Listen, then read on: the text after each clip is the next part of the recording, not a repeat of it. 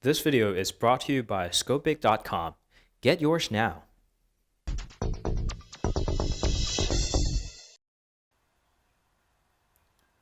Hey guys, welcome back. This is Phil from TheCage.com, and today we got the iPhone 7s that we have been waiting for and we have seen from a lot of leaks. There are 4 different colors. We're supposed to have 5 different, although there is a jet black which is exclusive to the 128 and 256 gigabyte of storage, but we were not exactly fortunate enough to get that, so sorry about that. But still, we have 4 different colors over here, which we are going to start by opening up the 2 different colors, silver and gold. Let's start with the silver one. It's a very traditional color. It's been there for, say, since the iPhone 5. And it seems like Apple has changed the way that their packagings get unboxed. So I guess I'll have to pull the tab over here and let's see what happens. Whoa. Holy moly. Wow. Okay, so instead of putting it in a whole plastic, they decide to cover that with a great, nicely peeling piece of plastic. Now, you know what? I'm not exactly a loyal Apple fan, but when I see some considerate things like this, I become like, maybe I should be one, but not really. Anyway, so here is the silver one, and let's go ahead and proceed with the gold one as well. Alright, so let's go ahead, dive into this silver color, and the packaging has also gotten changed. You are welcomed by a little paper tab over there that says designed by Apple in California. Of course it's designed by Apple in California.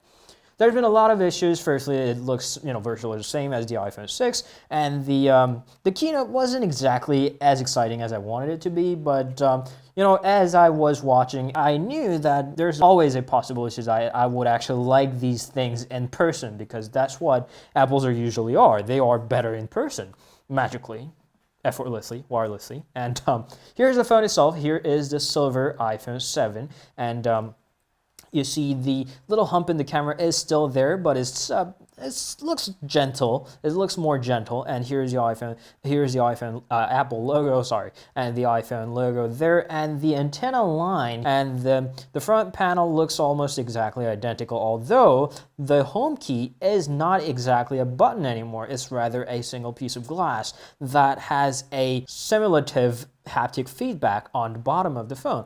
All right, so let's put it there and move on to the gold color scheme. So here we have the same white panel, and all the colors are replaced with the gold instead of being silver. So all right, without that, let's put it there. Since I am as excited as you all are, let's dive right in to another accessory. So here is the Earpods. It's not the AirPod, it's the Earpod. It's a classic good old Earpod that we all know. And at the rear, we have a converter that shamelessly converts the lightning port to the 3.5mm earphone jack that has been there for the past 100 years, which, like it's a bad thing, but they removed it.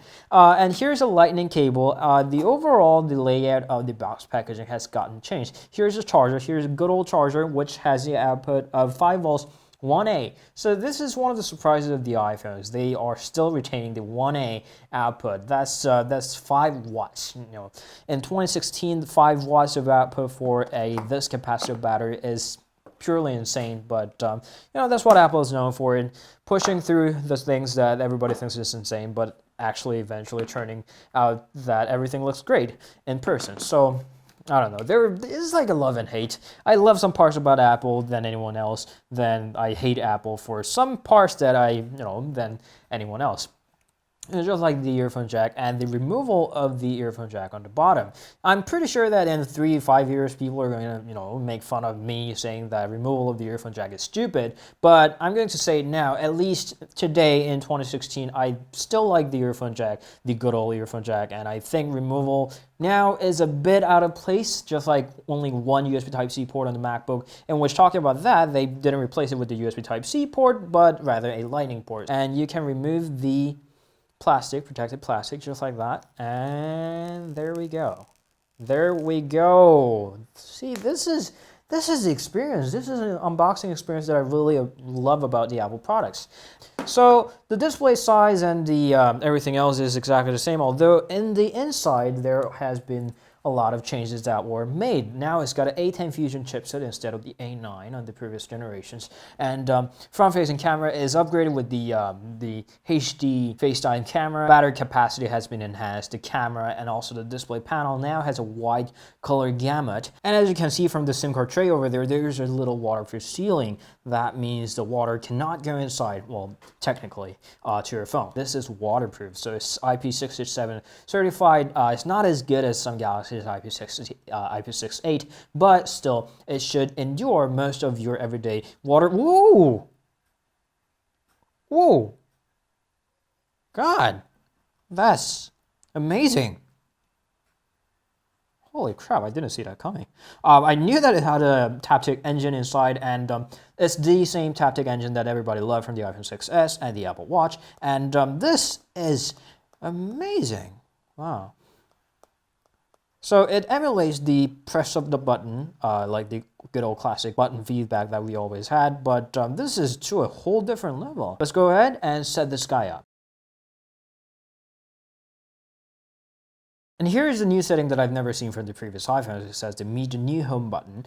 Get started, customize later in settings. Let's get started. Choose your click. Let's say tap on option below and press. Okay.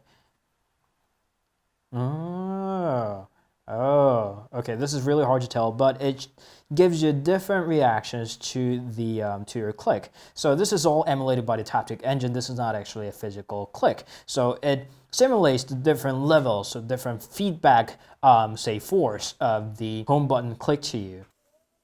So here's the new iPhone. You can just use the 3D touch to switch between the apps, or you can use a 3D touch to go directly to the option that you want, or everything else that is great about the iOS 10 that you might already have on your iPhone, iPad, or the iPod Touch. So here's a new control center, and etc. And some of the new features include the quad LED flash on the back. So this True Tone LED flash is now even more accurate in the darker environments, and the camera also got better. You also get to have a stereo speaker that generates sound from the top and the bottom. And the overall enhancements on the whole experiences, including the Taptic feedback, although the RAM has remained in the 2GB and the smaller iPhone. So that was the quick unboxing at the different colors of the iPhone 7. I knew that this was coming. I knew that although it looks terrible on the keynote and the spec sheet, it eventually turns out to be great when you actually have one in your own hand, and here we have it again. It's great. I hate this happening, but yeah, that was a brief look, and we'll definitely come back with the unboxing very soon.